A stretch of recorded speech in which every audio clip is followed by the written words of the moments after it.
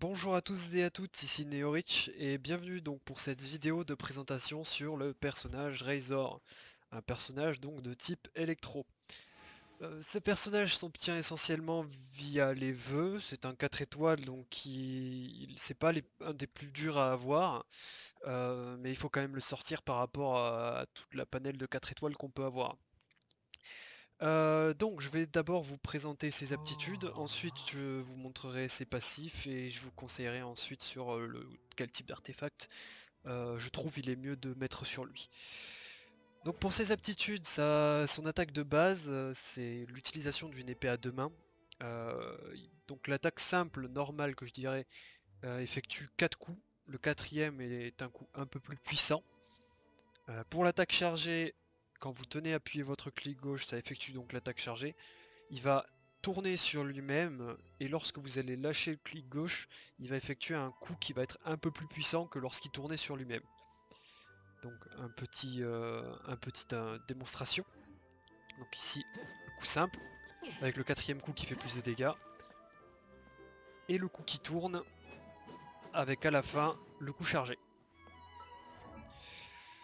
Ensuite, Griffe et Tonnerre, c'est son E qui, lorsqu'on presse juste la touche E, donc pour le lancer, ça va faire un peu moins de dégâts que si on le tenait appuyé, mais ça va nous générer un saut électro qui va faire que ça va nous conférer un bonus de recharge d'énergie. C'est ces petites boules d'électricité que vous voyez autour de moi là. Euh, et lorsque vous appuyez sur le E en tenant, enfin, comment dire, tenez appuyé sur le E, ça va donc infliger plus de dégâts sur une plus large zone, mais ça va supprimer vos sauts électro, ce qui va faire en sorte que ça va convertir les sauts directement en énergie. Ça va pas attendre que ça se recharge. Ça va directement se transformer en énergie élémentaire. Donc, petite, je vais vous montrer comment on fait ça. Donc, le simple E, donc vous voyez, il y a une petite zone devant lui où il fait l'attaque, et où le E chargé, vraiment une plus grosse zone, donc fait plus de dégâts. Donc ça c'est pour son aptitude de base. Pour son aptitude ultime, c'est Croc d'éclair. Ça invoque en fait le loup de tonnerre au-dessus de lui, qui fait que les attaques normales qu'il va faire vont faire des dégâts électro. Ça va aussi augmenter sa vitesse d'attaque tout en améliorant sa résistance électro. Ça va l'immuniser à l'effet d'électrocution. Par contre, on ne pourra pas faire d'attaque chargée et par contre, ses actions seront plus difficiles à interrompre aussi. Euh, je vais vous montrer tout de suite en détail. Donc en croc d'éclair, donc je rappelle, je ne peux pas faire d'attaque chargée, mais je peux quand même faire mon E. Donc je vais vous montrer, j'ai chargé l'ultime pour ça. Donc mes attaques de base sont plus rapides, il y a toujours le quatrième coup plus puissant, et donc je peux faire mon E chargé et mon E normal. Je sais pas si je vais avoir le temps de vous montrer le E normal, mais... Donc voilà, on peut quand même utiliser ses compétences, la seule chose que je peux pas faire, c'est ce sort là. Voilà. Ensuite, pour son passif éveil qui s'obtient quand on l'a fait passer au-delà du niveau 20, ça réduit le cooldown de Griffe et Tonnerre, son E, donc de 18%. Et lorsque vous activez votre A, votre ultime, ça réduit complètement à zéro le cooldown du E s'il était en cooldown. Donc ça veut dire que si vous avez votre ulti de up, vous pouvez faire E à E pour un gros burst de dégâts. Famine qui s'obtient, donc si je dis pas de bêtises, quand on up le personnage au-delà du level 60, donc j'y suis pas encore. Ce qui lui permet donc d'obtenir un bonus de recharge d'énergie de 30% lorsque son énergie élémentaire est inférieure à 50%. Donc si j'ai bien compris, c'est donc si son ulti, Croc éclair, est en dessous de 50%, ça va augmenter sa recherche d'énergie naturelle de 30%. Et donc son passif de base, c'est que ça réduit aussi donc l'endurance du sprint de 20%. Ça réduit l'endurance de 20% lors de l'utilisation du sprint.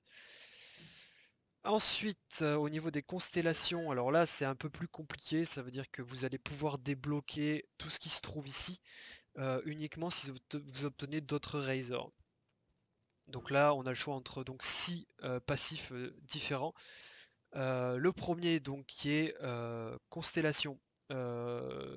Constellation, donc il demande une constellation de niveau 1. C'est que donc Razor inflige 10% de dégâts supplémentaires pendant 8 secondes lorsqu'il obtient un orbe ou une particule élémentaire.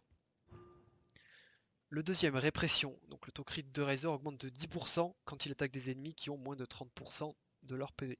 Ça c'est très bien, surtout que c'est un monstre attaque, donc s'il gagne du taux crit, on va être content. Âme du loup, donc constellation de niveau 3, ça augmente le niveau de Croc éclair de 3 niveaux. Donc je suppose que ça augmente ses dégâts. Le quatrième, constellation Morsure.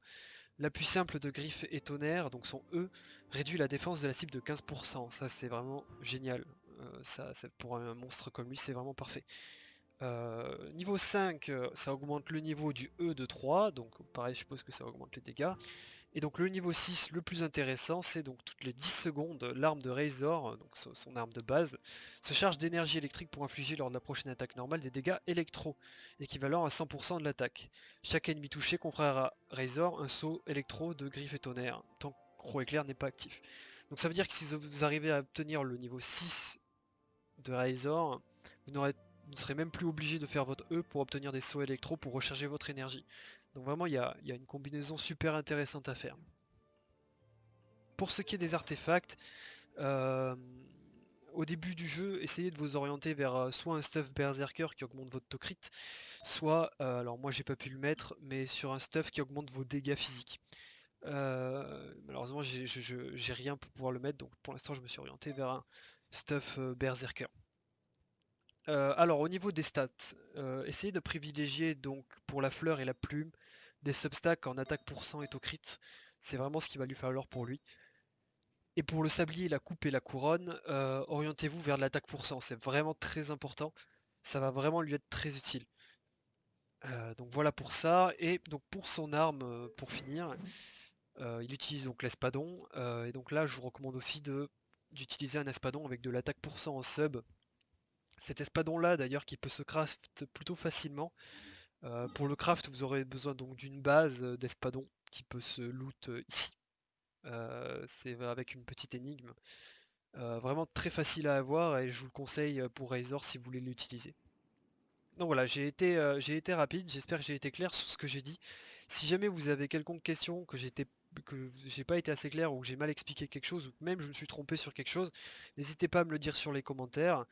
Et bah, du coup, on se retrouve pour une prochaine vidéo très bientôt sur ma chaîne.